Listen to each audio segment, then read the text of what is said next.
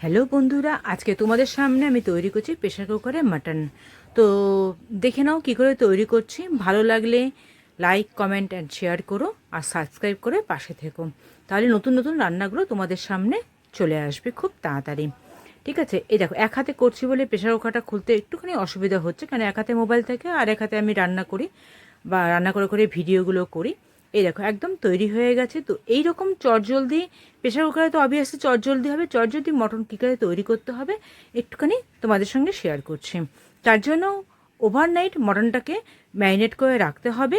টক দই, গোলমরিচ গুঁড়ো, শুকনো লঙ্কা গুঁড়ো আর নুন দিয়ে পুরোটাকে এরকমভাবে মেখে মেখে মেখে মেখে ভালো করে নিয়ে, যাতে পুরোটা গায়ে মশলাটা লেগে যায়।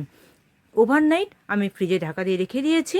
তারপরে পরের দিনকা প্রেশার কুকারেতে নেব, আর মশলাটা দেওয়ার আগে আমি অবভিয়াসলি একটু হলুদ গুঁড়ো দিয়ে নেব, যাতে মশলাটা দিলে না ছেটে।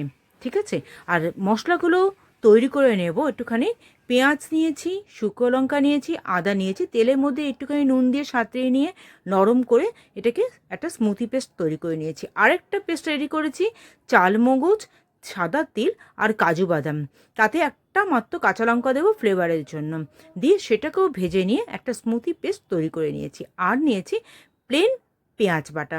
ঠিক আছে, তো এইবার প্রেশার কুকারের মধ্যে হলুদ গুঁড়ো দিয়ে তাতে তেজপাতা আর কয়েকটা গরম মশলা ফোড়ন দেব, দিয়ে একে একে করে মশলাগুলো দিয়ে দেব।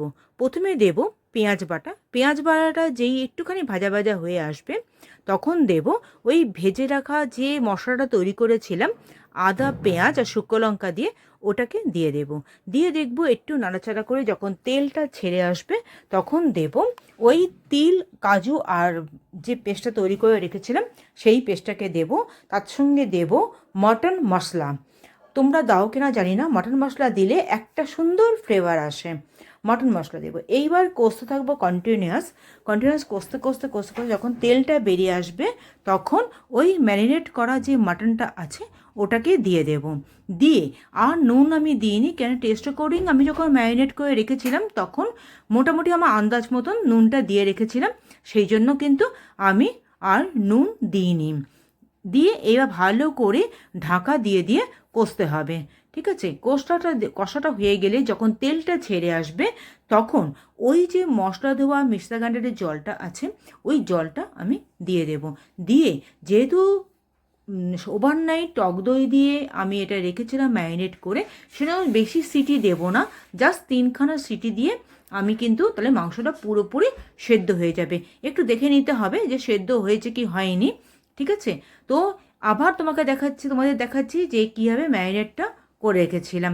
ঠিক আছে, সেই ম্যারিনেট করা মাংসটাকে দিয়ে এবার গিয়ে নাড়তে নাড়তে যখন তেল ছেড়ে আসবে ভালো মতন করে, তখন মাংসটা ব্যাস হয়ে গেল। ঠিক আছে, আমি আবার রিপিট করে দিলাম তোমাদের বোঝার সুবিধার জন্য। দিয়ে দেখো তেলটা কেমন ছেড়ে এসছে। নিয়ে এইবার আমি 3টে সিটি দেব জলটা দিয়ে, তাহলে রেডি হয়ে গেল এই রকম সুন্দর একটা মাংস।